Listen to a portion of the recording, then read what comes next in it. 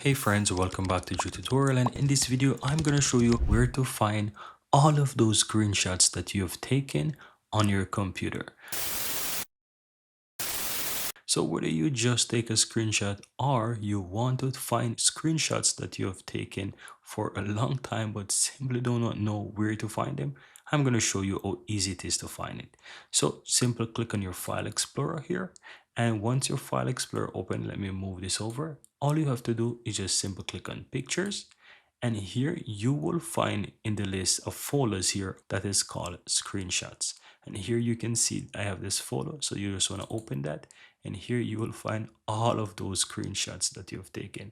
And as you can see, I have a lot of screenshots that I've taken, and I'm sure that if you go to this folder you will find all those screenshots as well. So this is where you can easily find those screenshots that you have taken, and that's all there is to it, guys. Very easy and very simple. Here you have it, guys. I really hope you found value within this video, and if you do, don't forget to take a moment to give this video a like and hit that subscribe button so that you'll never miss out when I release future videos just like this one. Thank you guys for watching, and see you next time.